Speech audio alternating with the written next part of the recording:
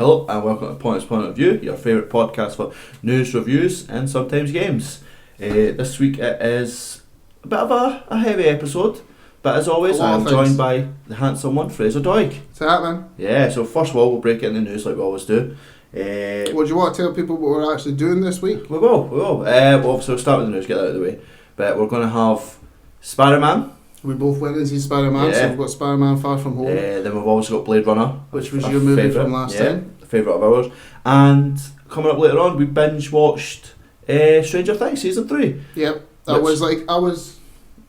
we get in there, but it was kind of like that, we'll take it at a time, and it's Stranger Things, you can't help yourself. Yeah, you just have to watch it. It's just the way it is. But, start off with the news. Yeah, we'll carry on the news.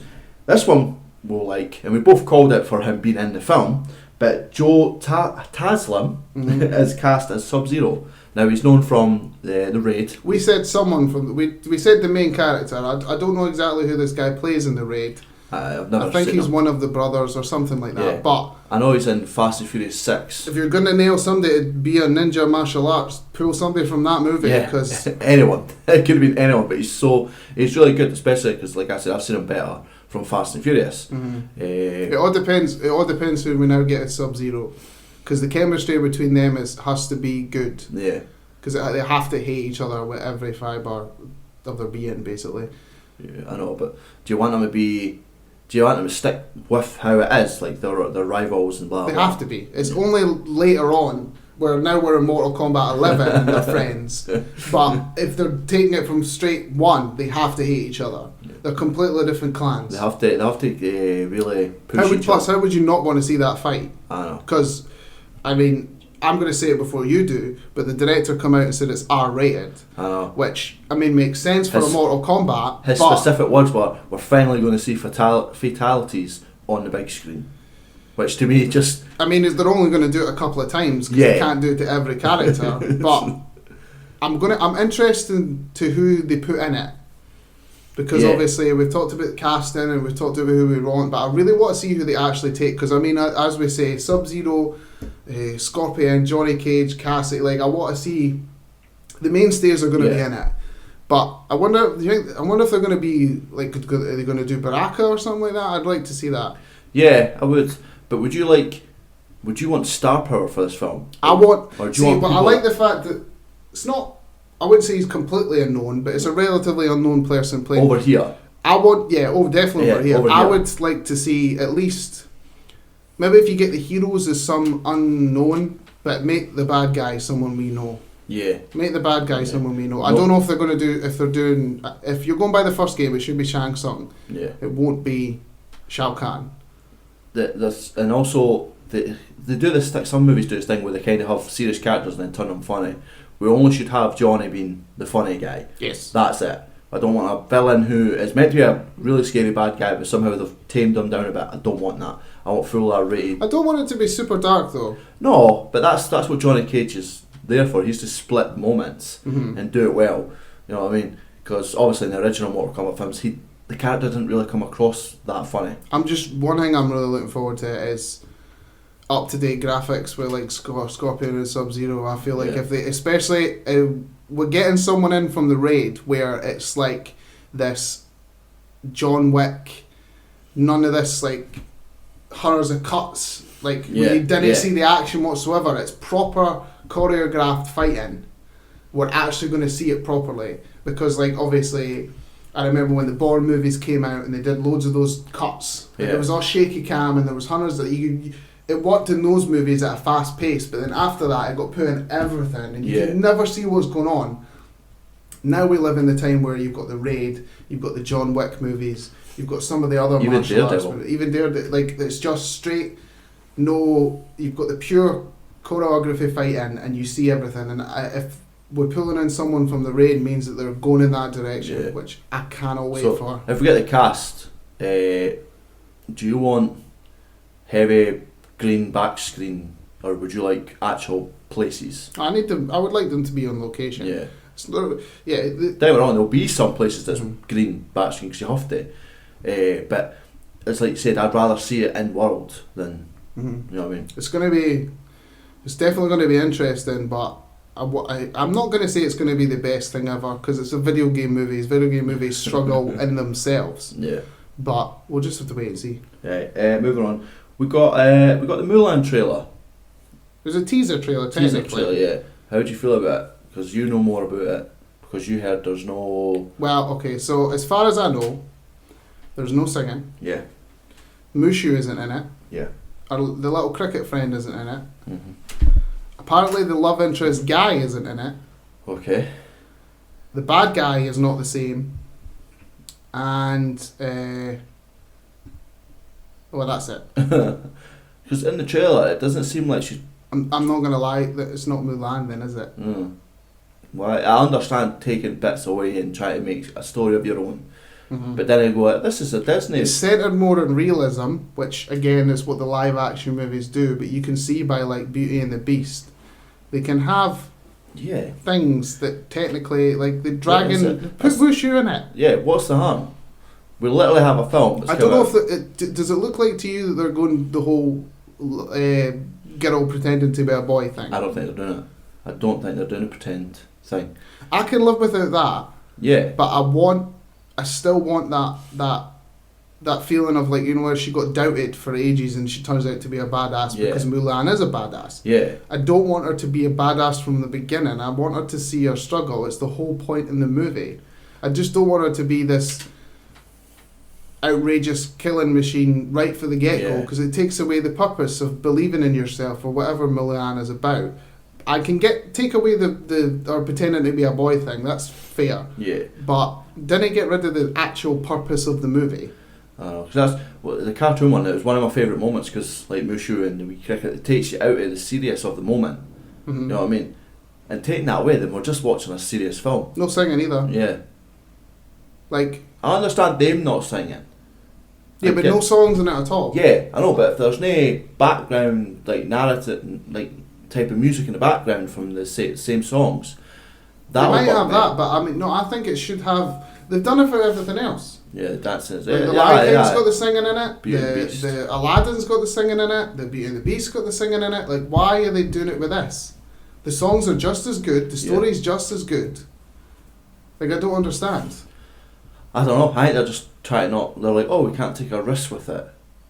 But it's not like it's the least popular movie. You know the biggest difference? What? It's Asian. They might think it doesn't come across as well. Maybe. You know what I mean? Which I hope this isn't the direction they go in though, because obviously, what they've got like when you may as well move on to the next bit. Is that I've kind of put in. We've got Ariel. Haley Bailey. Haley Bailey has been cast as Ariel. Yeah. Which is. It's been controversial for stupid reasons. For ridiculous reasons. Because like apparently the controversial. Like, apparently the loads of things that have made all the controversial are actually just bots online that I've heard. But people are going to moan no matter what because she is played by an African-American actress. Yeah. I couldn't care less. No. What, it doesn't matter. It's a cartoon. She's a good wee actress. She's a good wee singer. That's all that matters. See, so if she sings, clearly that they're going to put singing in that. Yeah, and it's underwater, so it must be easy. I mean, obviously, they were good. I like to think because Aquaman looked good. Yeah. That they've thought they can do this. Yeah. Because the majority of it is going to be set underwater. It's going to be interesting. I want to see who they get as Ursula. Yeah. I mean, again, it's like... she's Michelle from the female Ghostbusters. Oh, the bigger woman. I can't remember her name. That's a horrible I know who you're talking. I know who you're talking about. She was in. She's in that Mike and Molly TV show, Comedy Central. Yeah. It'll come to me eventually. Wait, she's not in Mike and Molly. She was in Gilmore Girls. We're not thinking of the same person. I don't think we're thinking of the same person. She was in. She's with the puppets. Yeah, we're thinking of the same person. Are we thinking of the same person? Yeah. Anyway. Okay. I mean, at the end of the Melissa day... McCarthy. There we go. I can take that. Yeah. But this is the thing, is like, they're obviously putting the crab in it, but they're going to do like the songs in that. So if they can put the crab in The Little Mermaid, why can't they put Mushu in Aladdin? I don't get it. Mushu in Milan. Sorry. I think it. Pardon me. I think it'd benefit having them in it. But if they're like probably 3/4 way through a filming or halfway through, then they're not going to do it. If they're not going to do it now, if they're not going to show a trailer. I think it'll lose out for not having it. It's still going to do well because it's the live actions. Go back to Little Mermaid. You see that Terry Crews is pushing to be Triton. He's pushing to be. I mean, I'd take it. Yeah, I don't think we need the Triton's long not white in it that hair. long. No, I don't think we need the long white hair. It would look like Shazam. I don't think they're still going to have the like Ariel with red hair. Yeah, obviously. It's going to be interesting. I'll watch it. No, we're gonna watch it. It's gonna happen anyway because they make a shit ton of money. Yeah. So you may as well just accept that once Little Mermaid and Mulan come out, you're gonna get Hercules, you're gonna get Pocahontas, you might get Notre Dame, depending. Wait, how can they shoot Notre Dame? I thought it was... No, that's not what I meant. But they might do that. Then they might go into some obscurity and pull all the like Fox and the Hound. Oh, I love Fox and the Hound. They've already done 100 Dalmatians, but they might do it again. I'm running out of stuff now, but I bet they will pull stuff out of nowhere. Definitely. It sells. Plus, see how we're not getting like, they're not doing the singing or anything like that. It'd be like doing Hercules, and you don't have the four sassy women on the like plates. And, that's needed. They need to be in that movie. I love Hercules so much. Yeah, it's my favourite film. Such a good movie. Do you know Scar's in that film? Yeah, when he wears over the hood. Yeah, anyway. Plus James Wood. James Wood is so good as Hades. He won't be in it. He should be. He won't be. Petition. Start a petition. #James Woods. James Woods for continue to be Hades. He's so good in that movie. Anyway, what was the next one? You played the game, but I didn't. So you'll have more details on this. Cuphead is getting an anime. I didn't play too much of it. It's fucking nails. So you tried it. I beat 3 bosses. Cuphead is getting animated on Netflix. Good for them, especially because it took them forever to make that game, and it looks good. Yeah. It took them fucking ages. It's small team too. Yeah. One thing I'm thinking about it is that obviously it's bright and colourful, like for the 1950s. It's got that art style. Yeah. But I wouldn't say it's a mature game, but it's not really kids. No, it'll... Like they gamble for their soul with the devil, and it's like they have to beat bosses. And it's like, very Netflixy. Like children would watch it and their like parent play it. Yeah. But they would just enjoy the art style. They wouldn't really know what's going on. Unless you're my kid and he wants to play it. He could play it. And that's saying he likes the art style, but he wouldn't get past level. No. I mean, I just beat 3 bosses because it's nails. But good for them. Like, I'm glad this game that took forever to make, and I mean, there's a DLC apparently coming out early next year. So good for them. Cool, it's working for them. Last bit of news is we found out that Power Rangers getting another movie, but it's a reboot. And you've not seen it, the last one, but it bothers me because I like the cast. I never saw the first one because Power Rangers is my childhood. I felt that they were going to ruin it, especially because other things from my childhood, like Teenage Mutant Ninja Turtles, were destroyed by Michael Bay. There's a female one now. I know. But like that I was worried about it, and then I saw like what some of them looked like, especially the gold guy who looked ridiculous. Yeah, that's a slime monster. But I'm going to give it a chance now. Yeah. Because again, I really should. It's got. But I don't really like the fact that just because it failed, you scrap everything and try it again. What's the point? With different actors. Like, just because you get brand new people in, doesn't mean it's going to suddenly make it good. No, it's all about story. You know what I mean? And the director as well. But give them another chance. I liked it, and especially because it's Billy from Stranger Things in it. I really should watch it now because I like him. I like him as an actor. A lot of good actors in it. Bryan Cranston's in it. I totally forget Bryan Cranston was in it. He plays Zordon. So yeah, the face in a tube. That's pretty much what it is. Face in a tube. But yeah, I want another Power Rangers movie. I know it's sad, but like you said, it's childhood. You know what I mean? Is the one with the new one better than the original? No, God no. With Ivan Ooze. Sorry, Thanos. You mean Apocalypse? Oh yeah, that was. I couldn't remember. I was like, one of the purple bad guys. It was Apocalypse looked like Ivan Ooze. That was it, not Thanos. No, I love the original. Don't get me wrong. It's terrible. Probably. The original? Yeah. Nah, no. Of course it's bad. Jumping out the plane, with their snowboards. It's terrible. Of course it is. We're going to watch that at some point. Yeah, well, right. Okay, so that's the news. So the first thing we're going to cover here is we both went to see Spider-Man Far From Home. We're going to do non-spoilers, then spoilers. Because I've told him. So, I mean, what did you think? I thought it was great. Me too. I thought it was... Because obviously coming after, Endgame, Infinity War, like those... Yeah, I mean... We're going to be non-spoilers about Spider-Man, but spoilers for Endgame? Yeah. If you've not seen it by now, we're not even going to repeat ourselves, but... Iron Man died. Spoilers for Endgame, but not spoilers for Spider-Man. Okay. Just now. How do you feel? Because obviously it's not a spoiler, right?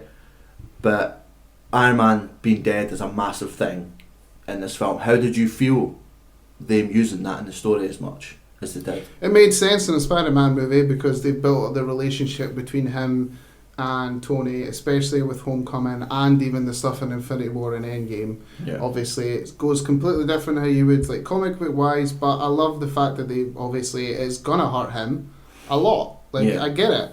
I love certain aspects about it. I love that it's not all in New York. I love that. That was a nice wee change. Do you think? Well, I'll ask you that before we get into spoilers. I thought the action was pretty good. Most of the special effects were decent. Yeah. Well, I've only got one bit for me. Is like I said to you off microphone. It's obviously he uses his webs when he's not in the suit at one point. It's not a spoiler. This in the trailer, yeah. Yeah, it's in the trailer, and you only see a small bit in the trailer, but in the film it looks weird. It doesn't. I don't know what it is. It just doesn't look too good. That's literally my only problem, CGI wise. Because this film, not to speak about spoilers, but how this film looks is incredible. There are certain CG bits that are phenomenal. Yeah. But like you say, there is definitely bits where it dips, but that happens in a lot of movies. I'd say a lot of the performances are really good. Some of them I wasn't too fan of. I mean, I loved Flash Thompson in this one. I thought he was okay. I did some. I liked one of the teacher characters more than the other one. The Martin Starr, Mr. Harrington. I think I liked the what is it, JB Smooth. I liked him. Mr. Dell. I liked him more than I liked the other one. I feel like he deserved more than the other character did. I liked John Favreau. I liked him as Happy in this. He's not in it as much as I thought he was going to be, but he's still good. What about Marissa Tomei? She's okay. She's not in it enough. She's not in it a lot, but what she does, she kind of rolls with. Yeah. I mean, obviously in Homecoming, she finds that he's Spider-Man, but by this point, she just accepts it. Yeah. I'm not sure I'm okay with her just. There's no conversation. There's no nothing. You're just like, okay, you're Spider-Man. How do you feel? No, I won't touch that one. We'll talk about that one later. Okay, it's not a spoiler. It's in the trailers. You see her in the trailer. She gets a check, right? How do you feel about her? Because obviously in the first film you never really saw what she did, but they gave her a backstory where she's working at a charity. She's helping in the. It's kind of like the game. Yeah, like the game. What do you think about that with her? I like that. I like the fact that she's not just because obviously the only other Aunt Mays we've had is the ones that just stay at home and are retired. Yeah. So I like the fact that she's with Happy. Amazing Spider-Man. She's a nurse. They don't count. You just said other Spider. I'm thinking of the Tobey Maguire ones. That is the Tobey. Oh no, it's not. No, it's not. There's too many Spider-Man. This is technically the third movie. Did you know that? I did. Anyway, right. I like the fact that she does something. I like her relationship with Happy. Like the back and forth she has with him. Yeah. I like the stuff that they put into the world about, because obviously I've seen Endgame, they talk about... We spoke about it, sorry I interrupted, we spoke before and we were like, are they going to react to it? The blip, as they call it in this, not the snap, they call it the blip. Which, that's just out there in the world, that's not a spoiler. So they answer questions about the blip. Yes. But they also leave questions. So We'll talk more. Probably talk about that in spoilers. Yeah, this is so hard. Right, okay. Yeah. Okay. How do you feel about it being called the blip? Instead of the snap? Yeah. Well, it makes sense because they're not going to know it's the snap. Yeah, they don't know why it's happened. But who the fuck? Why does Peter refer to it as the blip? Yeah. He was there. He should know it's not the blip when they all refer to it when he's there as the snap. So why does... Well, but then... I could just accept it. Then folk would go, why do you know? Yeah. Answer my own question again. Right, trailer. This showed in the trailer. How do you feel, without going into super spoilers, how do you feel about MJ Spider, like, when she says you're Spider-Man? Because that is in the trailer. I like how they did it. Because it makes sense, because in the comic books you found it before him. Mm-hmm. But before him. But he is Spider-Man. Before you told that, Dick. But, like, before, I felt it kind of came out of nowhere. Because obviously, up to it, it's kind of been like a, hey MJ. Well, they won't they? Yeah, and kind of just out of the blue moment. But I liked that how it's like their train of thoughts are different. Is the best way to say it. See what I mean? Okay, the last thing we'll do before the spoiler, two things. Jake Gyllenhaal, did you like him in the movie as a whole? I thought he was fucking fantastic. I thought he was excellent as well. I think he is a brilliant character. I think he's good up to a certain point where things shift, and after things shift in certain ways, he's awesome. He's incredible. Yeah, like he's absolutely incredible. Yeah. Okay. Last thing before we go into spoilers, is it better than Homecoming? Yes. I think so. I'd say it's on par. Yeah. Is it the best Spider-Man movie we've had? Yes. Is it better than Spider-Verse?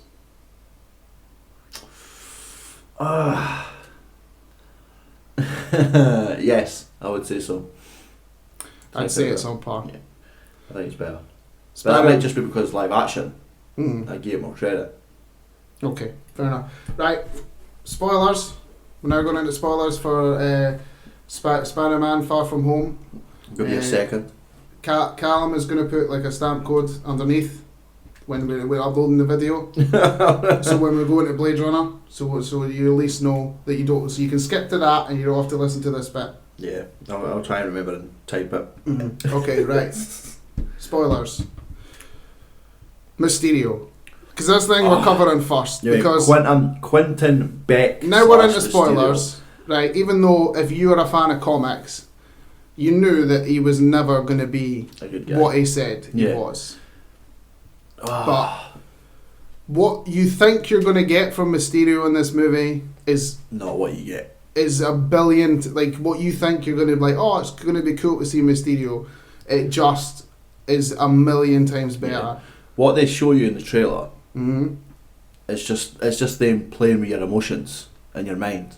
How did you feel about the fact that he's a disgruntled Stark employee? Amazing, because again, it carries on the tradition, and you pointed this out, it carries the tradition that Iron Man is the cause of all the problems. And it also carries on the tradition of Peter having to deal with Iron Man's problems. Yes. Because in Vulture, it's Iron Man's fault because he tries to take the ideology off him. And this time, it's using barf, which is what you see in one scene, which is the hologram memory thing. That's which is what university is it? Was it? Start of Civil War. Yeah. That is what Mysterio uses to make all of the elemental things and himself in general. Yeah. He uses barf, which he hates the fact because that's what like pushes him over the edge, which he calls it barf. And I love the fact that he's like, oh, because he fired me because I'm unstable. Yeah. Because he is unstable. Yes. But I love the fact I can live with him in being a Stark employee, right? And I love the fact that the guy who Jeff Bridges shouts at in Iron Man 1 is the same guy who he pulls in. I don't mind that. I don't know how I feel it being Iron Man's fault again. Obviously, deep down inside, I'm like, I fucking knew it. I hate him. Yeah. But on the other hand, it's kind of like making a movie about Tony. Yeah. Even when he's not there, which won't include me in the back of my head because I'm just like, Enough's enough. And let it go. Like, stop. Like, see if the third one is genuinely another... It can't be now. It can't be. It just... This is the farewell Tony film. I know that he's connected with Iron Man, but it just feels like it has Iron Man's dirty paws all over it. And I just wanted it to be a bloody Spider-Man movie. And obviously, I will admit it, I didn't like when Tony died, I got upset, and I mean, I've hated him for ages, and I still deep down inside hate him, because it's all his fault, even when he's not there. Yeah. But, I just feel it kind of, it didn't take away, you know what I mean? Yeah. You know what I mean? Yeah, right? it takes away the impact, but at the same time, you're like, you're sitting there and you're watching it, and you're like, fucking, he's not just an arsehole to us, he's literally an arsehole to everyone.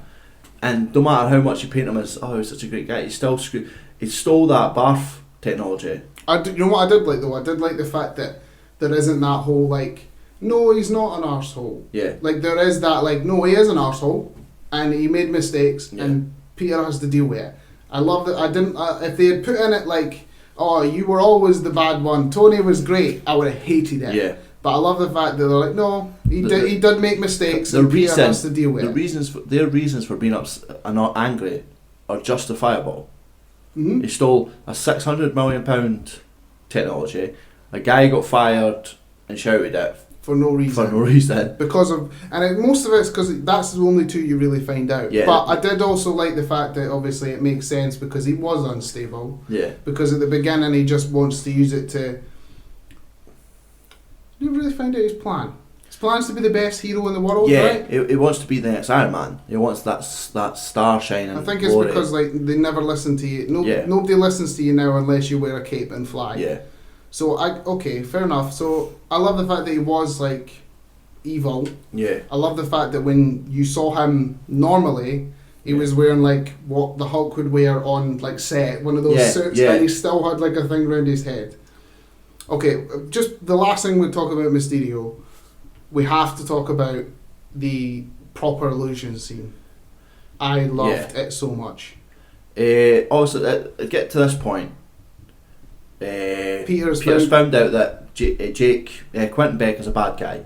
It's a ruse. Now, leading up to this, Tony Stark left Peter glasses, which was it's pretty much just the keys to control all his business. Which I feel like he should have told people about. Yeah. Also, he put drones in space. Again, should have told people about that. It's kind of a thing that Captain America was annoyed about, but we'll move past that now.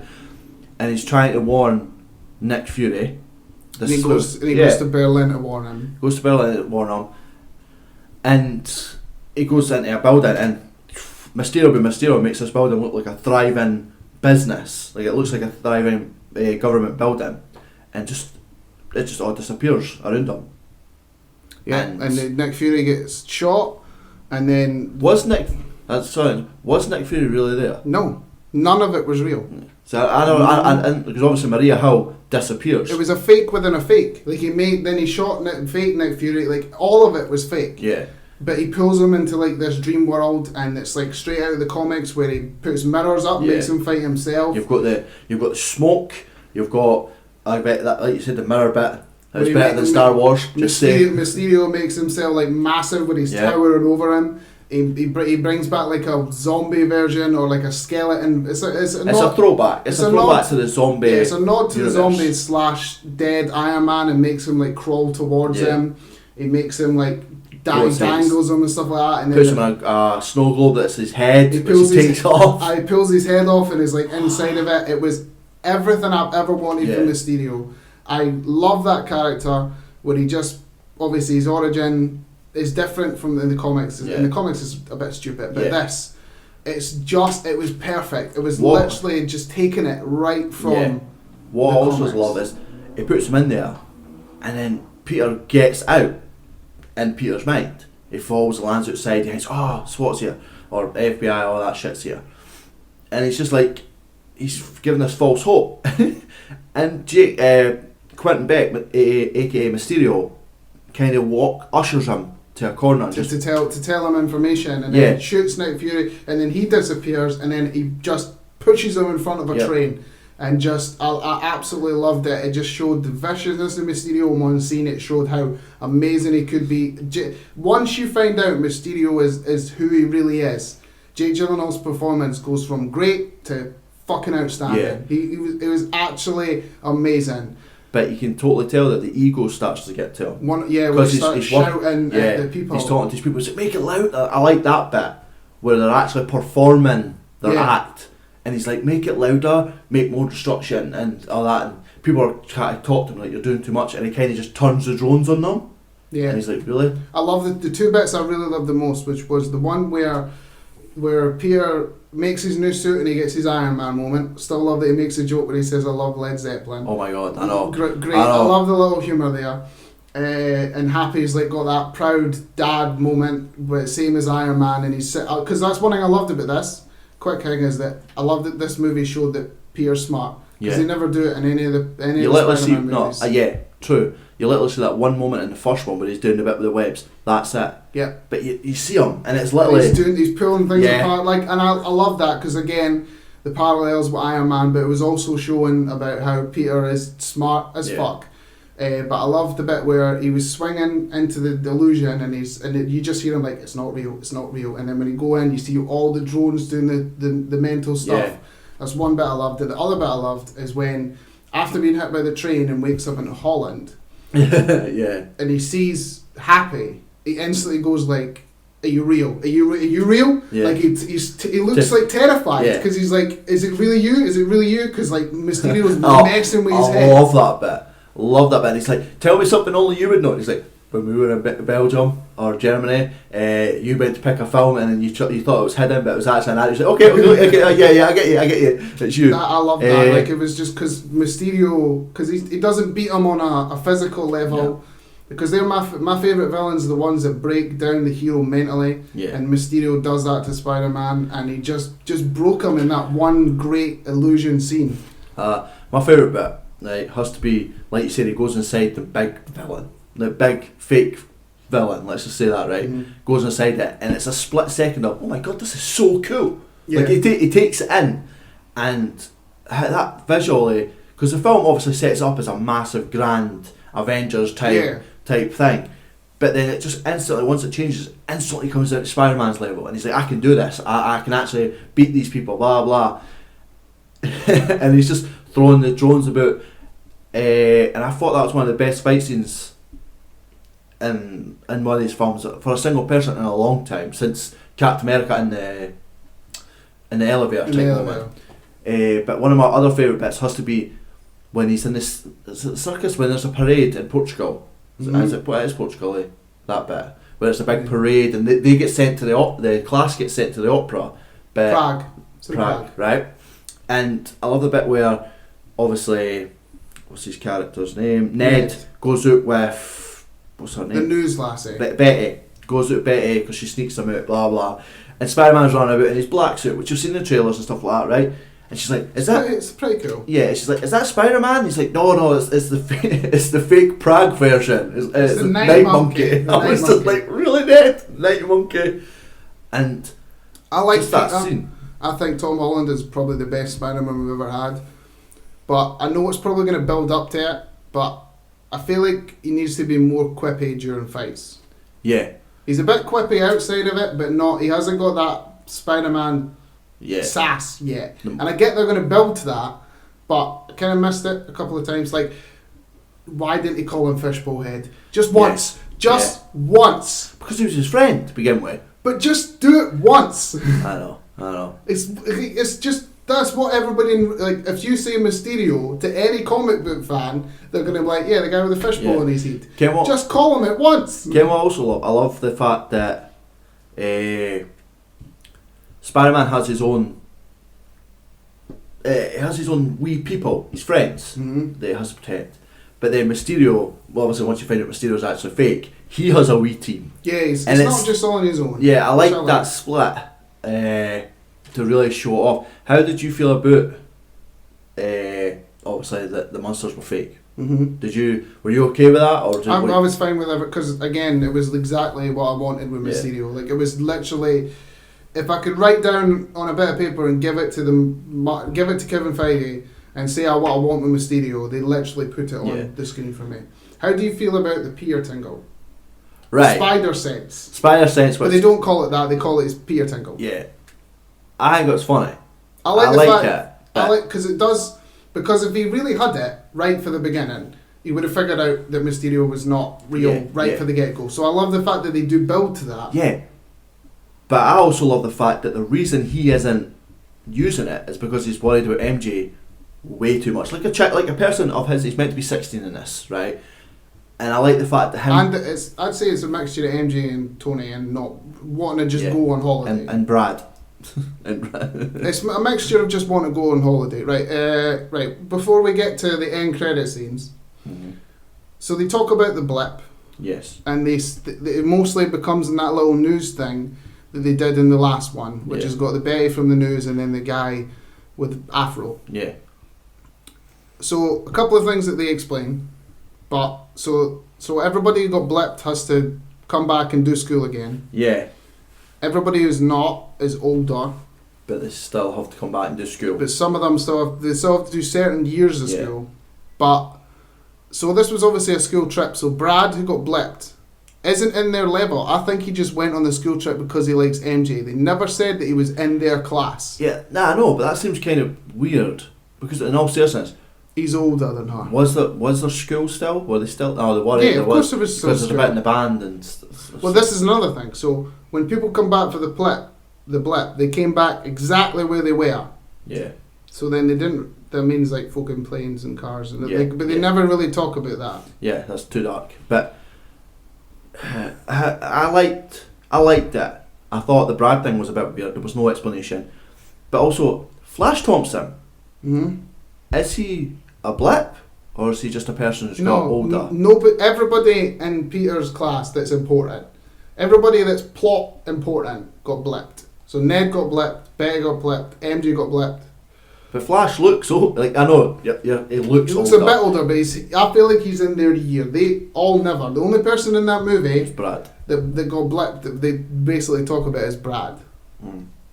And that guy's wife, but never. I like that bit, right. Which I feel like that's the only thing where they talked about what happens if like someone's like wife, because they say about where he's like, my wife pretended to got blipped and we had a funeral, but she really ran away with someone else. Yeah, I love that. I thought that was something, and I love the other teacher. Yeah, Mr. Dell. It's witchcraft. It's witchcraft. They're like, oh, I think it's like it was like, oh, there's a molecular thing, and he does this with all this technology, and he's like, he does this whole thing, and he's like, what is it? Witches. Yeah, it was brilliant. I thought that was good. How did you feel about, before we went to the big thing, Peter nearly killing his whole class?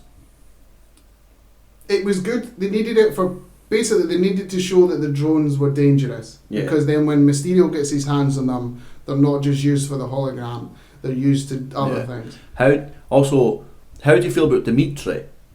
Because to us, outside of the film, I hate it. We know that he is the chameleon. That's who he is. The only thing I liked about, the only thing that you see in it is where Peter's wearing the glasses from Endgame, the one that Peter's Iron Man wears, and he scans everybody and it says their like name, but when you're over Dimitri, it says unknown. Yeah.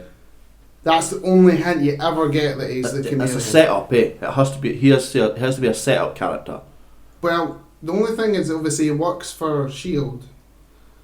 And in the end, okay. Let me do this bit, right? During the trailers, we were like, why are they shooting a sand monster with guns? During the film, watching it, we're like, why are you being so aggressive with him? Are we getting to this one before we get to the other one? Like, we should talk about the first end credit scene before we talk about the second. Oh, right. Yeah? Okay, right.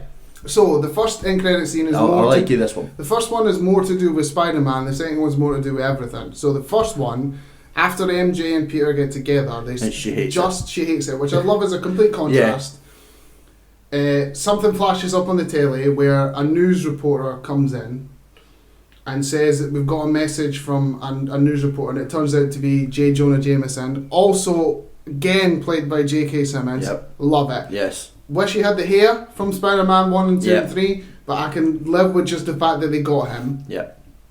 And it shows Mysterio, before Mysterio dies, telling the entire world that Peter Parker is Spider-Man. And that he killed him. And that he is the menace. Which, during the film, Quentin Beck really, he alludes to it by going, they'll believe anything they see. Anything they see, but which is and what he is. So, at the end, Peter Parker has been ousted, and people now know who he is. I love the fact that they're going by the whole J. Jonah Jameson thinks he's a menace. Yeah, and my worry with this, a hero. My worry with this is that is it going to be like the Aunt May thing, whereas just everybody knows it's Spider-Man, they never talk about it? No, the next film will literally be people like going after. I know why they've done it in the Marvel Universe, because no other hero has a secret identity. Everybody knows who everybody is. They even say in the movie that nobody thought Thor existed, and now he gets taught in classes. Yeah. But it's different with Spider-Man, and it's one thing I didn't like in the last movie, especially in Andrew Garfield one, where he bloody told everybody he was fucking Spider-Man. It really comes down to how they do it now. Yeah, but they did this in the comics, right? Yeah, but it was in Civil War, and it was completely different. I know. No, there's one before that. Right, there's one before that where everybody finds out who he is, right? And the arc after that, he is. There's I don't know what his name is. I think one of his names is Diablos. He's just he's a devil type character. He's like Doctor Strange but evil. And he makes everybody forget, right? Makes everybody forget, but he's sacrificed. I know that's stupid, but it's leading to something more, because you're gonna have maybe the Osborns going after. Like he probably won't go after him in the next film, because it just seems too rushed. To be fair, you're gonna have people going after his family. He won't be able to go to school anymore. You know what I mean? So we're going to have a different. It's going to be very different, but on the other hand, I just like him having a secret identity. I liked him being at school.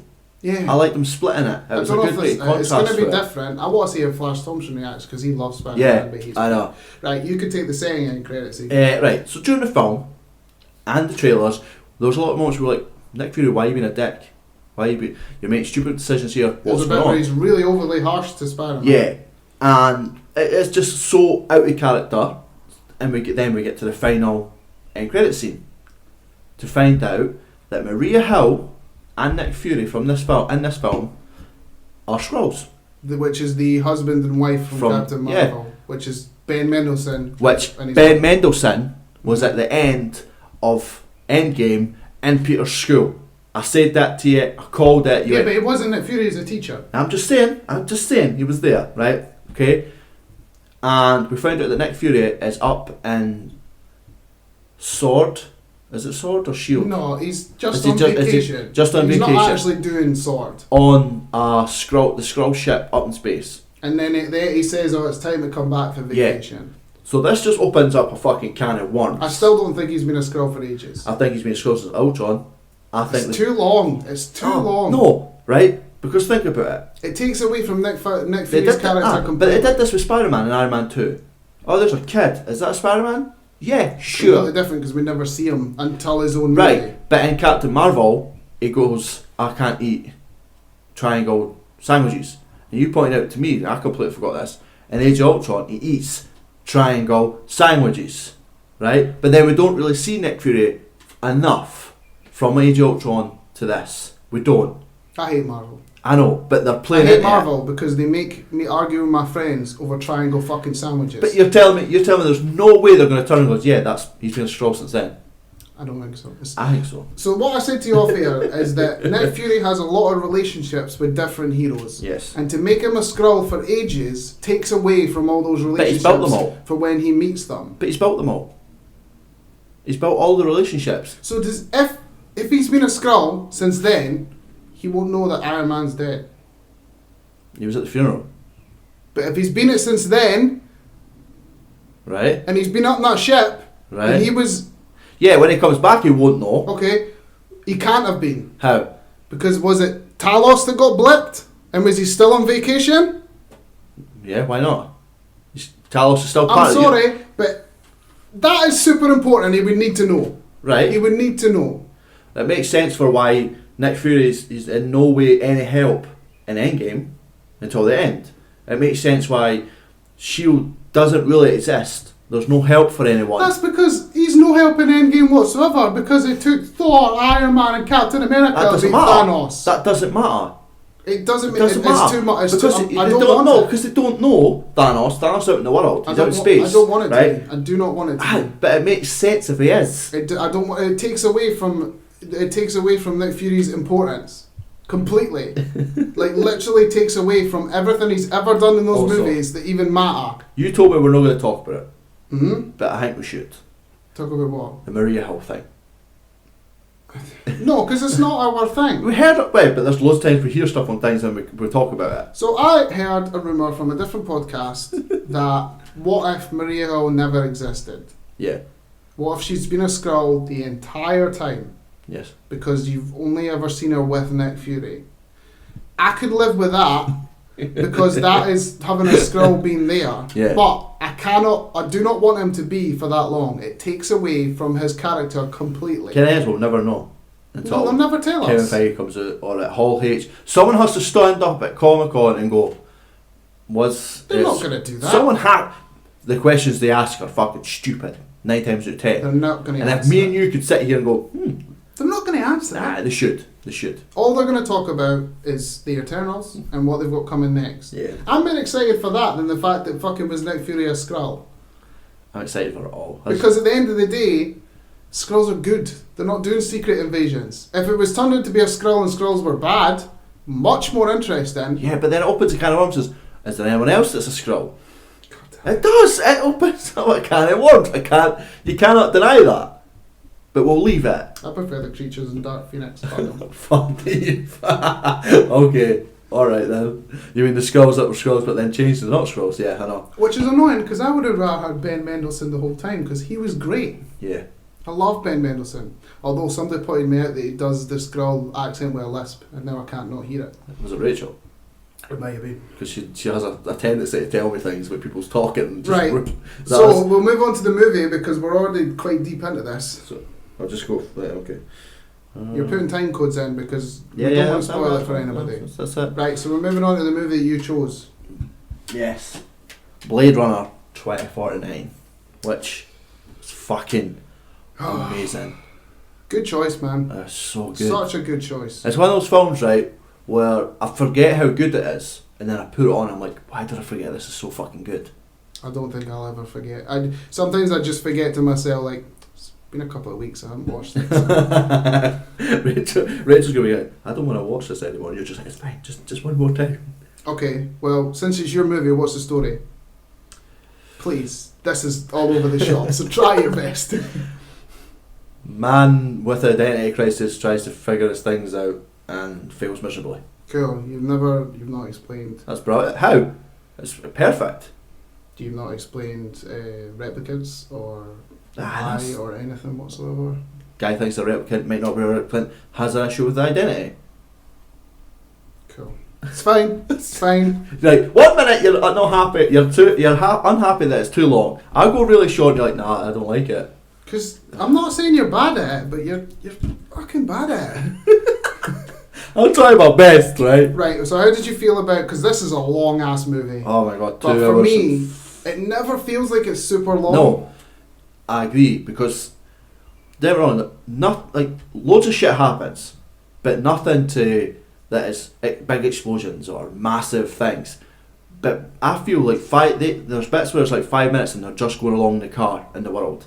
Right. And it takes me out of it. So I've got bullet points. So Yeah. I'll just go my bullet points. You do, because I lost my notepad. We'll just go through like my bullet points because if we went through everything again, it's a long ass film. So how do you feel about the opening? I love that with Batista. Well, yeah, / Batista. Yeah. That's my next point. But. And see, watching it, I felt because it's very anime, right? Because he's obviously got him up against the wall, that bit, right? Where whatever his name is, Batista's got K up against the wall, and he's punching, and K moves in such a way which makes me go, he's a replica. No normal person could move like that. Whatever, right? No, it's a replica. Replicant. Ken what is here, there, tomato, all that shit, right? And he's punting a fight in, and he's just slamming him, and it just sets me off in this film for holy shit, this is so good. Well, the first time I've ever saw, obviously seen the first one, I did think to myself like he's getting his ass beat and he's taking it off a replicant. Yeah. And obviously when they do initially say, like when Batista says to him, like instead of straight out saying it, he basically says like, how do you feel that it's like, how do you feel about killing your own kind and stuff like that? And he's like, well, I only kill the ones that are arseholes. Yeah. More or less. He's like, I don't kill my kind, I don't run. I love even just the first scene, because the next thing I've got in here, and we can sort of talk about that from the beginning in itself, for two reasons. One, the cinematography in this is outstanding. It's absolutely orgasmic. It's probably the only word I can even put together. That is the first time I've ever said that on this channel, but yeah, we'll take it. And also the sound is phenomenal. Like the cinematography and the sound design just elevates this even to another level. So even at the very beginning, where you see Kay flying over the farm, the protein farm of Batista's, it just sets you up immediately for what kind of world that you're going to be in. Yeah. I think Ryan Gosling is tremendous. Yeah. I think for the small screen time that Batista gets is tremendous. Did you see any of the shorts? I saw one. I saw some of the shorts. I saw them all way before. So Batista has a short, which is good. So like, even though he gets a small amount of screen time in this, which I love that the director still put him in the trailer, like, because he really likes him. Like, he's going to be in Dune, which is Denis Villeneuve's next movie. Yep. I love that scene. It just sets up right away, and obviously he finds the box that contains Rachel. So then we'll move on to like, so how did you feel about Kay in general and Joy, his love interest? I love, like, this is what I loved, because what the film does, one, Ryan Gosling plays Kay, fucking amazing. His ability to change emotion, because see them, and it's not a spoiler, but in the film, obviously, halfway through he kinds of questions who he is. This sort of stuff we do with spoilers anyway. He questions who he is. The whole movie, he starts off as like, not someone, because obviously they give, replicants have personalities, but they are basically slaves. Yeah. But like, even he's walking through the police station and the guy's like Skinner. He shelters. Even though he could beat the shit out of him with no problem, it's designed to not fear humans, but he's designed to do as he's told. When Kay finds that horse that he's dreaming about, when he first pulls that out, right, the moment where Kay splits his personality is ridiculous, because he's just normal. He's looking at it, and then he kind of just breaks down, and you see the tears buckling out of him. And I also found that it's a nice little thing, because it's with him questioning himself, he technically has a partner, like a love interest, someone he loves and cares about, and it's weird for a replicant to have that, for me anyway, you know what I mean? And I thought that was such a good casting. I thought the acting, them two together, was perfect. I think that I love the fact that it's not just a human person, it is like a virtual girlfriend, but certain things point towards, which will be one of my bullet points for later, but I thought she was great. I thought her performance is fantastic. I've never heard of the actress before. Her name is Ana de Armas. I thought she was phenomenal in what she has to do. Yeah. I mean, we've already kind of covered it a bit, like the plot. Like, how do you feel about because the plot is basically Kay, Ryan Gosling's character, finds the body of Rachel from the first movie and finds out that she was pregnant, and she's a replicant, and replicas can't get pregnant. Which Batista's Sapper Morton, that's his character, he alludes to by going, "You've never seen a miracle." Yeah. And it finds out she was pregnant, and his job is to find the child and get rid of it. Retire, that's what it is. Retire the child. Obviously things lead on, and he starts to believe that he is the child. Yeah. And then finds out that he's not the child. Knows who the child is. Things then takes Deckard to the child. That's basically like the plot. Yeah. Without putting little points in there, because there's other things involved in it as well. But it's such a good idea, because it's its own story, but it's still bleeding in from the first one. It's not completely taken like making the first one non-existent, but it's not relying on the first one where you're like chucking every character from the first one and every, like, you know, when they bring something back for the 80s and they're like, oh, remember this, remember this, like nostalgia. There is a tiny bit of it where you know the Harrison Ford's in it, the Rachel stuff's in it, but everything else is completely brand new. It's set in a completely different time period. Yeah. because the blackout happened, where I love the fact that the world's using paper again because it's the only thing that survived the blackout. I think it's such a good idea for plot, and I love, like we talked about before, with Kay's emotions, where he starts off as the slave replicant, and then when he starts to believe that he is the child, he starts basically gaining emotions. Yeah, it's definitely done in such a way that it's, for 2 hours 44, it doesn't seem that long, and they've done it in such a way it's beautiful and well done. How do you feel about Wallace, Jared Leto, and Love, his replicant henchwoman? I loved them. I did. Jared Leto, we didn't really get enough of, but what we did, he impacted. And you could clearly tell he's done the whole, because as we know before, he was actually blind in the film. He blinded himself with those things. Yeah, he went on method. Yeah. But I loved Love, ironically. I thought she was great. And the fact that, I love the fact that she literally cried all the time. Like, the replicant coming out, and he cuts her, she cried. She had to break that guy's neck, she cried. What do you take from that? Do you take from the fact she doesn't want to do it, or do you take from the fact that she loves Wallace so much she's willing to do anything for him? I think it's both. Because obviously when you find out who she is and says that her name's Love, and Ryan Gosling, he doesn't have a name at this point. Yeah. He says like... it's nice that he named you. He says that like the ones don't have a name, like they don't get given names. So he must love her. And I thought... Do you think that was like the first one he ever made? Yeah. I feel like that's his very first creation, his Angel. That's the one he brought in, and he's like... Which they never say, but I kind of assumed that from what she's called. And I feel like she's been made to do the stuff that she does. Like, she's been... This is what you will clear my business. You will get this stuff done for me. And inside, like Kay, I feel like she has emotions, and she doesn't like killing people. She doesn't like seeing people get killed, but it's who she is. And you can see her kind of snap halfway through the film, kind of. Sorry, I'm trying to rub up. See the bit. I've seen this on a Reddit thing. There's a bit in when she's under the water, and you see her fighting. She's fighting at the end. Yeah, she's fighting to survive. Mm-hmm. Do you know that if you watch it closely, when she looks up, it looks in her eyes, it looks like Wallace is holding her down. Is it? It's like a split second. To her, it doesn't look like Kate. It looks like Wallace. So it looks like in her mind, she feels that he's telling her to do it, so she kind of just lets go. And that's why she stopped struggling. Because for no reason they shouldn't be struggling underwater, to be honest with you.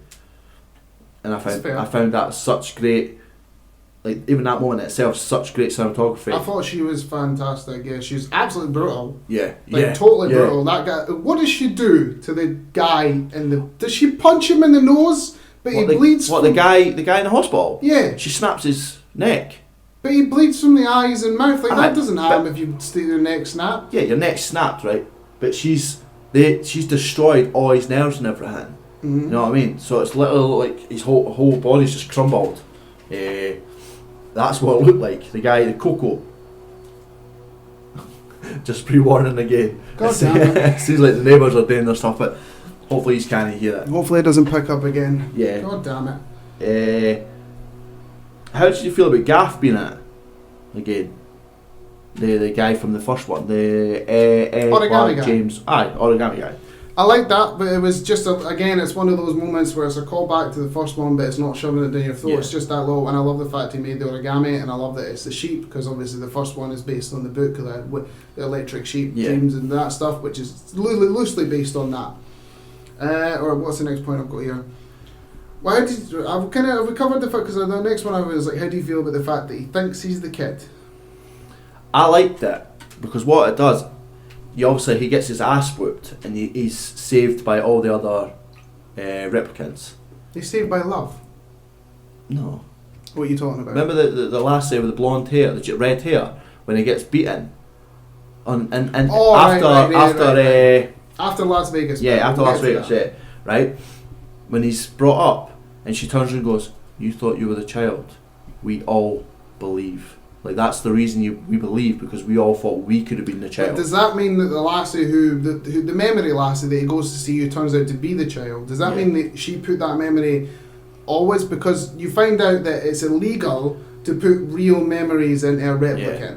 So does that mean she put only into him accidentally, or did she put that memory in every replicant? I feel like I think she's probably split her memories up and put them into different types of replicants.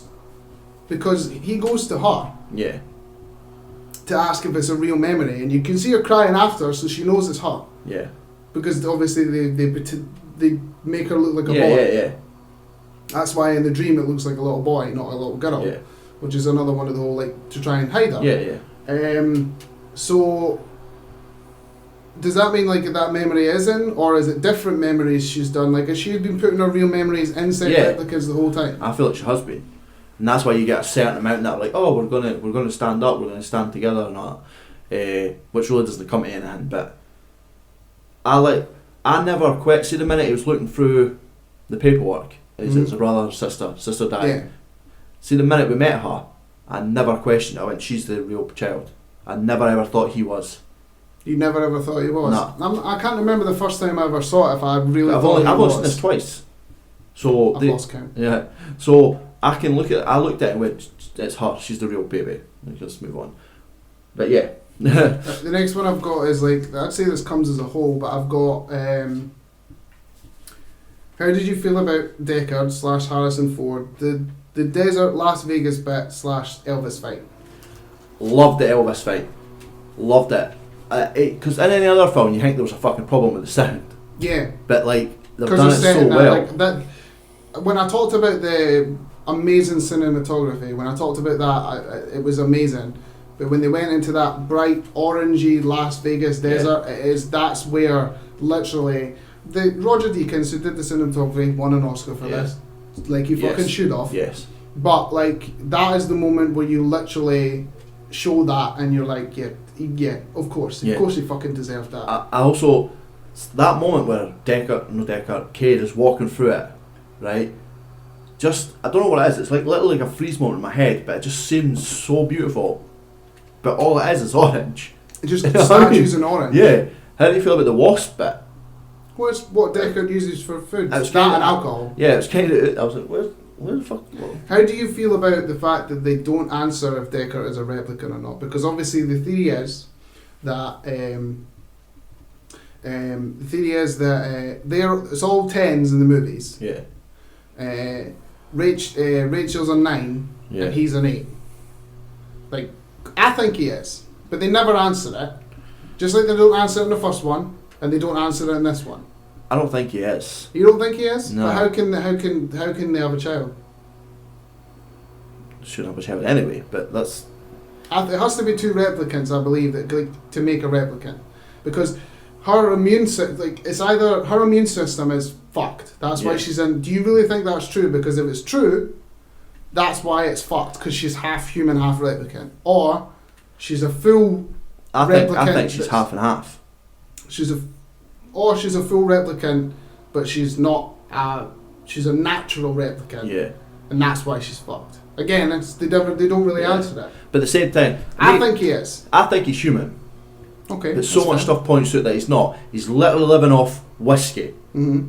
I love the fact where he asks if the dog is and he's like, does it really matter? Yeah. And again, it's one of those, like, it's a nod to him where it's like, does it really matter? I also love that he locks Cade in the building and he starts running and the Cade just runs through the wall and he's just like pelts through the wall. I love the bit where Deckard meets Jared Leto's character and he shows him that everything else is phenomenal, but there's 2 ways I look at it, right? The de-aging for her is bad, but on the other hand, it's a bad version of her. It's not even the main act. It's not the real actress. Well, she's because she's. I think she's dead. I'm not sure. I believe she's dead. But obviously, it's a CG version of her. Yeah. But in the part of the movie, it's a bad version of her. If you know what I mean. Yeah. Because he says to her like her eyes were green.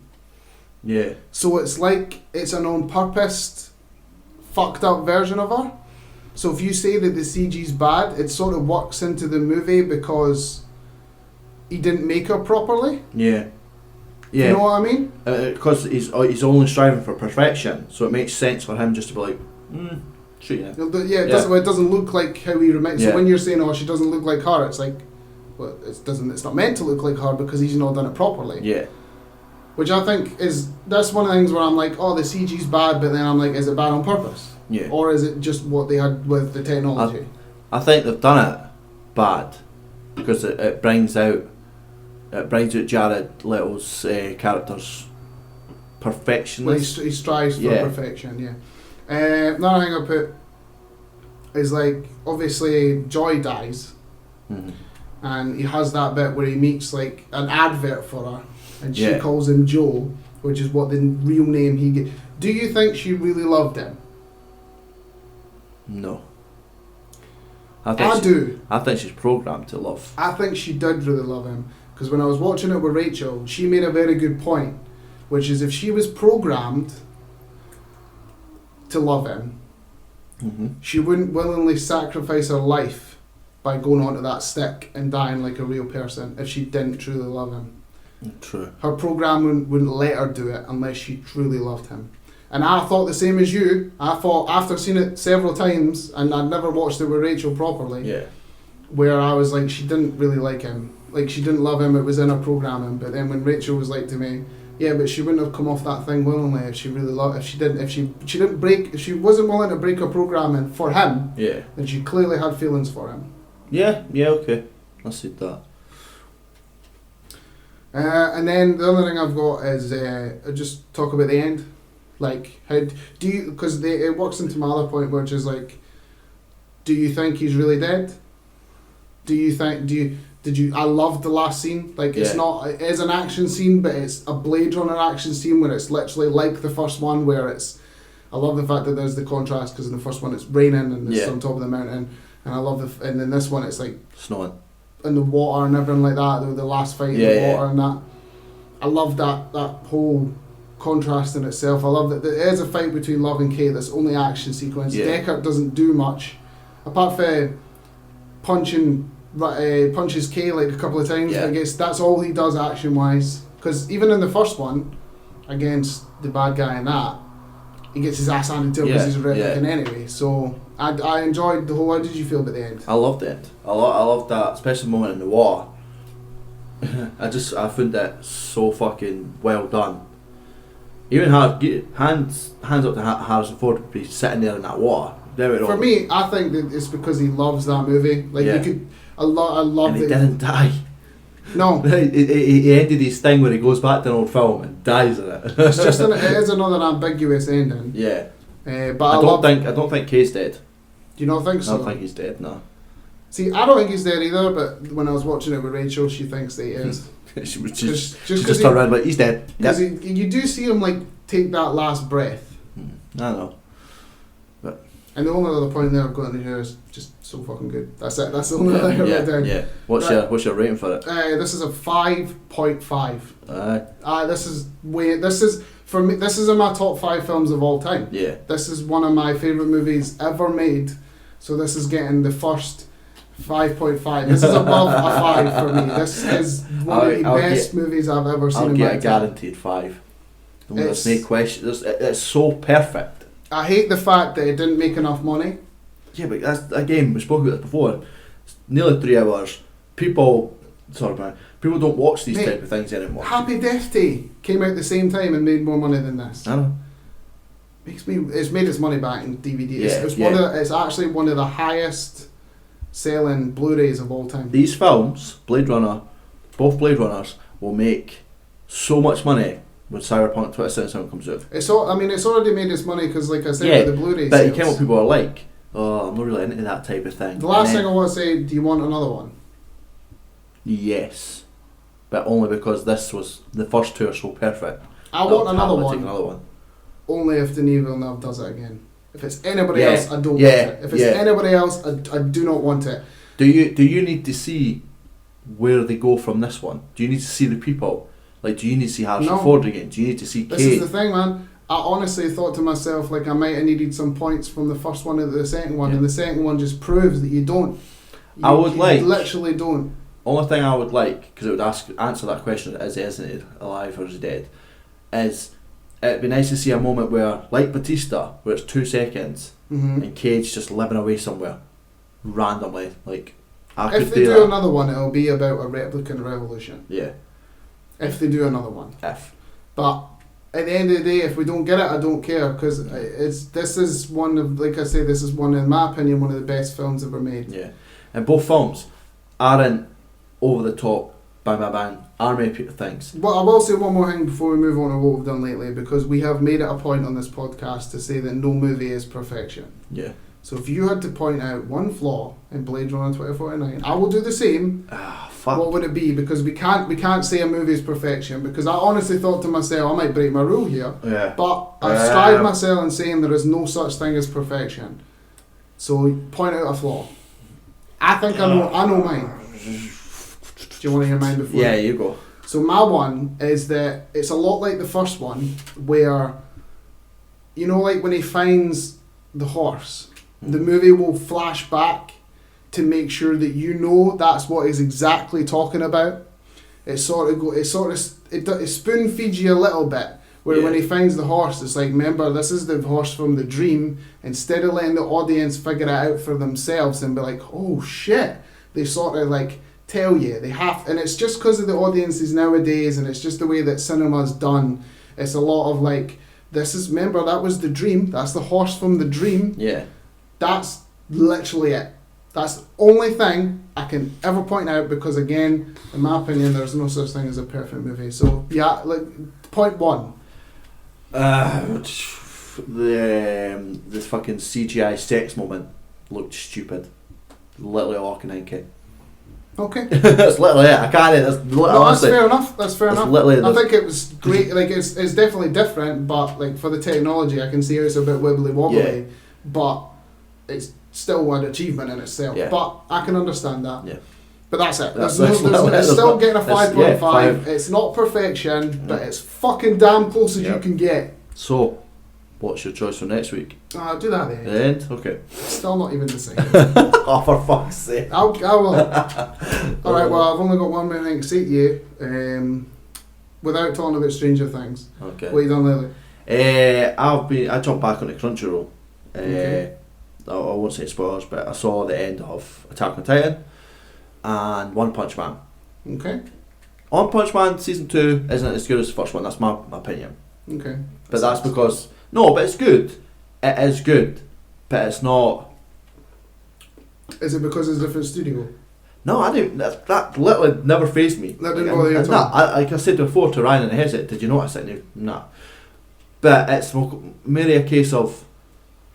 In the first one, obviously, no one knows him. He's kind of carrying on. Right, yeah, it doesn't really seem like it kind of stays the same level, kind of. You know what I mean? But I started a new anime called Dr. Stone, which is really weird because the world, just everyone's turned to stone, obviously, and 3,486 years have went past, and people are just oddly specific. I know, and people start coming back. And I only saw one episode so far, and it's set up so well that I feel like this is going to be one of those animes it's going to catch me really into it at some point. But other and then than they that, cancel it and you don't see it. I know. Like 5 episodes, like we're done. We're not watching. I'm like, oh, fucking okay. But other than that, because obviously this episode's going up late, which is my fault because I fell ill, so I've never really done anything other than watching shit. You're like right, that. it is your fault. And Stranger Things, but we'll get to that. But what have you done lately on your free time? Well, I've watched a couple of movies and I've been playing The Witcher. So I finished the Heart of Stone DLC, ironically. Yeah. Excellent, great DLC. Loved the story, giving me a little taste. I'm now halfway through Blood and Wine. Honestly, one of the best DLCs I've ever played. Like if you take it as, because all that I've thought about it as like this was a DLC they gave you after the initial game. It's fucking massive, man. It's like the size of Velen and Novigrad together. It's huge. Yeah. The story's great with vampires. There's hundreds of side missions. There's hundreds of shit to do. I love the fact that it doesn't rain because it's set in weird Spanish France. Your thing with rain is really... It annoys me in The Witcher. It harms too much. I see rain outside all the fucking time. I don't want to see it in The Witcher.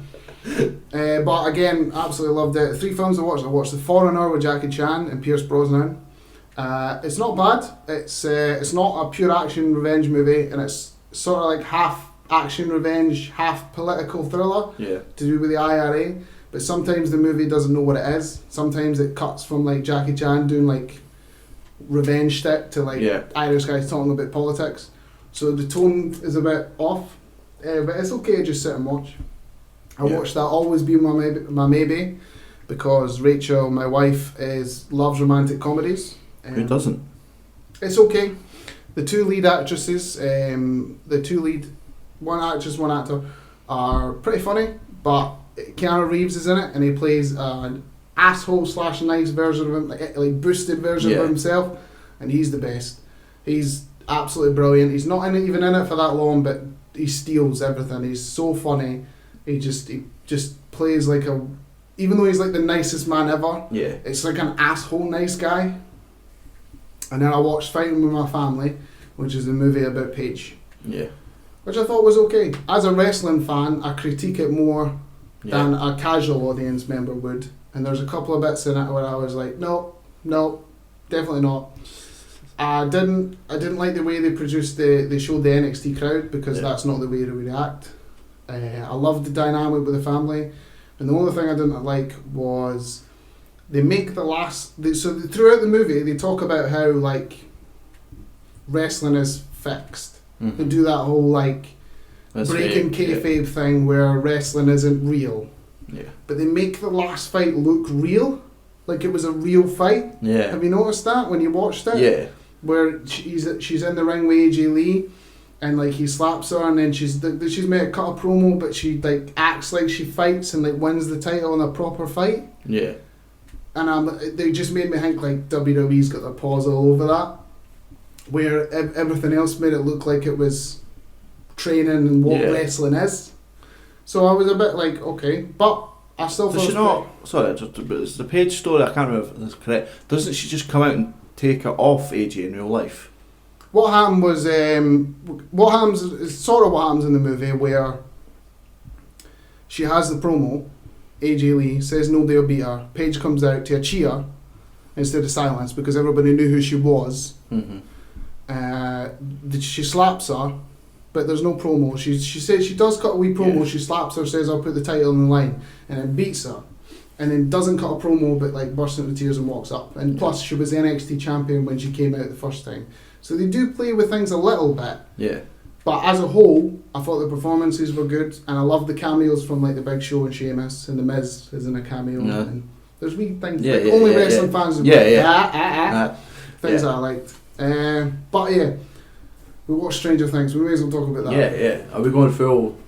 Doesn't really matter. Spoilers on this. We can't really talk about without it. Yeah. We can't really talk about Stranger. So wait, no. First of all, we'll do this bit. It's fucking awesome this season, right? Yeah. No spoiler bit for 2 minutes. Awesome. Every character I feel in it plays it perfectly. Even the new guy that's came in, it's no secret, but he plays Alexei. Mm-hmm. He stole the show at points, and I think it was hilarious. Okay. But his connection, like they're bringing back moments from the last season with Joy and stuff like that. I think that was a great way to just kind of ease it in, and the build up during the season was really well for me. It's fantastic. If you've never watched Stranger Things or you haven't watched season 3 yet, which if you even want to listen about it, it's very unlikely. Yeah. But this is going to be spoiler full because it's really fucking hard to talk about that without spoiling anything. Yeah. That's what you had that wee bit. The only way you would do it without spoiling it would be like, so weird shit happens in the town, right? Yeah. And that'd be it. Yeah. That would literally be it. Right. There's a mall. That's true. That was in the trailer. Right. So how do you feel like it's better than is 1 and 2? Do you feel like it's better or it's on par? It's better than 2, on par with 1. Okay.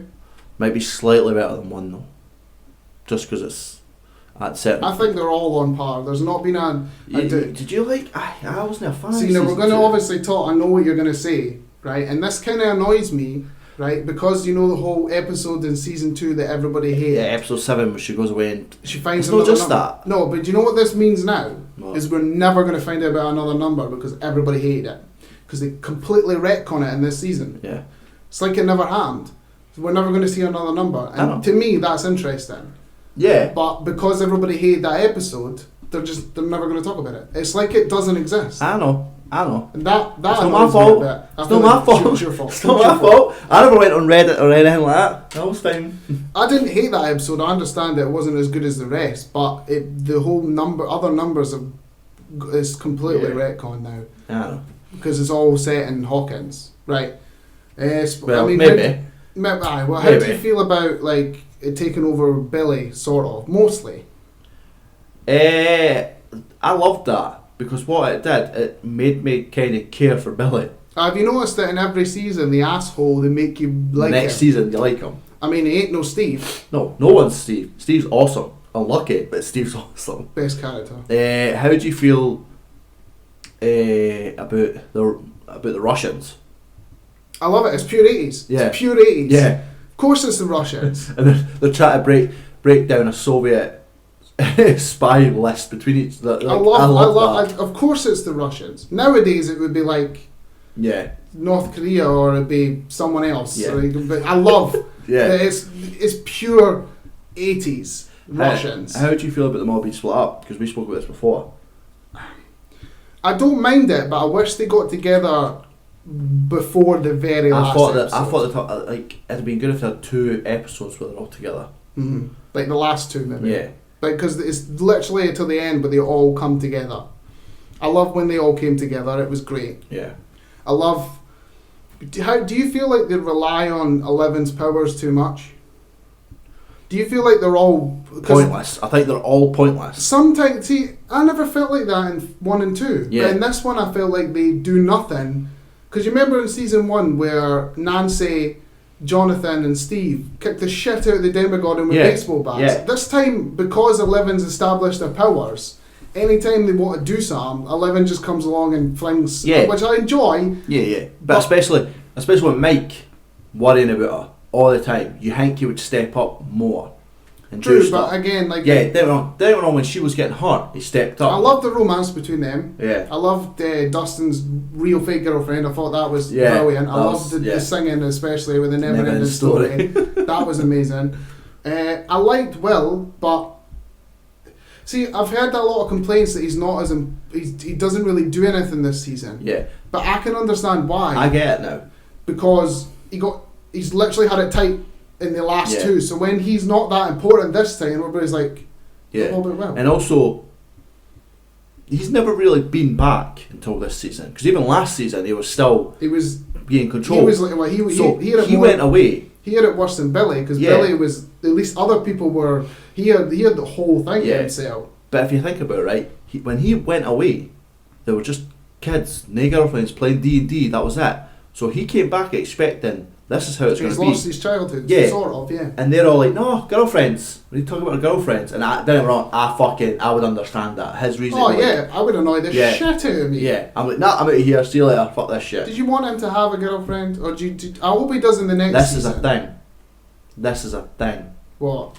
Because obviously, see how what's her name? The new girl. Max. Wait, is that her name? Max. Robin. Oh, Robin. It's a thing because obviously she's a lesbian, right? I don't know if we're going to hang about. I forgot we're in spoilers, but I like the fact that it's not the fact. It's the fact that he's come out and people are like, what about his sexuality? What's his who does he like? And the actors like. Are you talking about the bit where Mike says you don't like? It's not your fault. You don't like girls. Yeah. Right. Yeah. But they've never confirmed or denied what he did say. It wouldn't matter either way. But the thing is, the actor's getting asked, and they're just like, well, he's still a child. He's still this guy. He's been there. Really, that's ridiculous. I know, but he's getting constantly asked. Like, oh, so everyone else has got a girlfriend, and still they're all trying to get. He doesn't fucking write the show. I know, but he's getting constantly asked about it, and his response was right. He's like, I'm still a kid who's trapped in a world. I still don't know who I am or what I should be doing or anything like that. That's not that won't come now. Oh, he's had it tight. Season 1 and 2, he got it tight. And he was trapped in the upside down, and then the thing from the upside down was trapped inside of him. This is the only season where he's basically just played like a signal detector. Yeah. But he's obviously still important. I love the fact, because it's still him that says for the very first time, yeah, by the way, he's back again. Yeah. Yeah. I love that. Also, one thing I did find annoying is, see when they found out he's back, why didn't they go straight to Hopper and the mum? Yeah, I didn't get that They instantly tried to deal with themselves. You'd think, after all the shit that happened in season 1 and 2, they'd be like, maybe let's not deal with this ourselves. Also, why does it seem like the whole town doesn't remember anything? Because this is the only one where it's been like out in the open. Because the other times it's been underground. Because you saw it when the Robin, fucking Steve, because she had no clue. Yeah, like Steve and that, they were like, when they were running, they both the last were like, what's going on here? What's happening? And you see Steve and Ingy like, we should talk about this. Maybe we should tell them. Blah blah. Yeah, but they find out what it is. All right, if we're gonna talk about each individual group, if we go into further detail, and then we could talk about the end.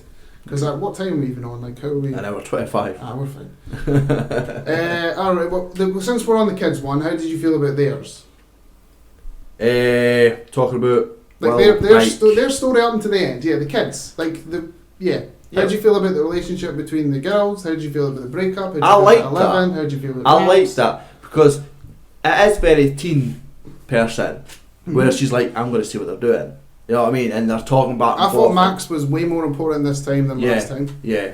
I also like that the girls became like best pals, and she's like, even though they weren't actually pals, really, but they started hanging about, and they're suddenly instantly like, no, she gets to do what she wants to do, and he's just like, I don't know. She is a strong, independent woman, and she needs no man. Yeah, like that bit. And I'm just like, well, he's just like, okay, what do I do here? And and if your missus is going to spy on you and you say they're a different species, you are fucked. Yeah. No offence, but you're fucked anyway.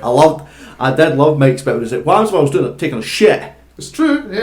I mean, he could just be sitting in the toilet, and I'm like, I like that. I like their build up to everything. And I loved it when she was like, I'm going to dump your ass, and walks away. How did you feel about the fact that Lucas thought he was the dog's bollocks because he had the girlfriend first? Yeah.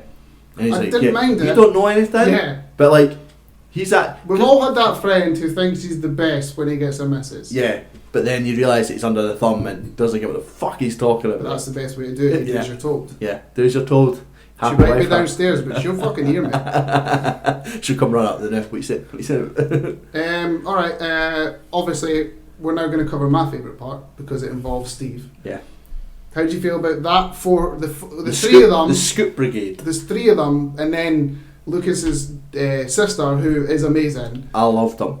As the Russian, the Russian finders. I don't know what else to put it. I loved that. Right, because the other people, every other group is, we're gonna have to. There's some monster or something, but they're like, no, we're spies. We're hunting. We're going in there. I love that. Even a bit where they're peeing off the side, and she's like, Robin's like, can you move your pee, please? And he's like, oh, I love the fact that it's meant to be this secure Russian where they think it's the badass thing, and then it got broken in by 2 children. Yeah. I love the relationship between Robin and Steve. It's like a best friend relationship. You think it's one of those things where he thinks she isn't bra, and they hinted at it, and they've done that really well. They hinted that they were going to end up together because it's cliche, like he doesn't. And they don't put him when she obviously says she's a lesbian, and she thinks Steve's going to start. He just takes the actual piss out of her. He doesn't care. He's like, why her? She's boring. And she's like, Steve, I love Steve gets his ass handed to him again, but this time it's by giant Russians. But he wins one, and Dustin's reaction to that. He's like, you want to fight? And he's like, yeah. I think Steve is literally my favourite character. Yeah. I kind of annoyed me in season 1 because he's portrayed like that, but ever since season 2, did you know? He's such a star. Did you know he was meant to be killed off in the first season? Was he? Aye. And if they were going to keep him, they were going to keep him an asshole. But they said that the actor is so fucking nice that they went, no, let's change it. Put him like that. And that's why they worked it into him and Dustin. I know that this is obviously a conversation for the first one, God, he's got such great hair. I know, Did you also notice that, you know, in the second season where Dustin asks him how to do his hair, and he says that it's Farrah Fawcett spray? Yeah. Did you know when Dustin sprays Lucas in the face with spray, it's Farrah Fawcett spray? I didn't notice that. Yeah, which is the same from like, Yeah, it's like little things that lead on. But yeah, I love when Steve and Robin get drugged. That's hilarious. I think they start tripping and they end up going to see Back to the Future, which is the last thing you want to see when you're on some sort of LSD. I love that they're all like, what's going on? Why is he going back to the future? I love the fact that even when they're off their face on LSD, they still think it's weird that Marty McFly gets with his mum. Yeah. Which is cool. I feel like he still saved the day. Like, see when Billy was driving and about to hit Nancy and he came out of nowhere, still saves the day, still the best. Why can't he end up with a girlfriend? Maybe season 4. Maybe. Better. Right. Hopper, Joy, Russian, and one of the standard characters from season 2. Murray Bowman. I love the fact that in the second season he helps Jonathan and Nancy get together, and in this one he shouts at Hopper and Joy to get together, which is great. How did you feel about their story altogether, all 4 of them? I liked them, but Alexei was okay. Yeah. I think it was a nice mood setter. Mm-hmm. Like he's just like, he's out in the world and he's like, this is fantastic. I like the fact that he doesn't speak any English and they still manage to turn that together. Obviously, how did you feel about Russian Terminator / Ivan Drago? I thought he was brilliant. He was cool. I love the fact it shows a character not many lines but still can be a badass. Yeah, he's clearly he's a classic like 80s Russian man. How did you feel about the scene that was completely taken out of Die Hard? So when they first meet Alexei, right, and they go down, and he points a gun.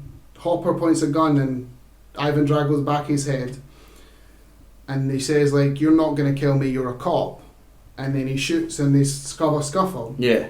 Is exactly the scene where John McClane meets the first bad guy in Die Hard, where he puts a gun, the one where he gets the machine gun out and the guy says, you're not going to kill me, you're a cop. It's literally exactly the same. That. Apart from when he obviously wins in Die Hard, but it's exactly the same. I never even noticed. It's so 80s, like even when it's like, it is nostalgia shoved in your face. Yeah. But even stuff like that, I just love. How did you feel when Alexei died?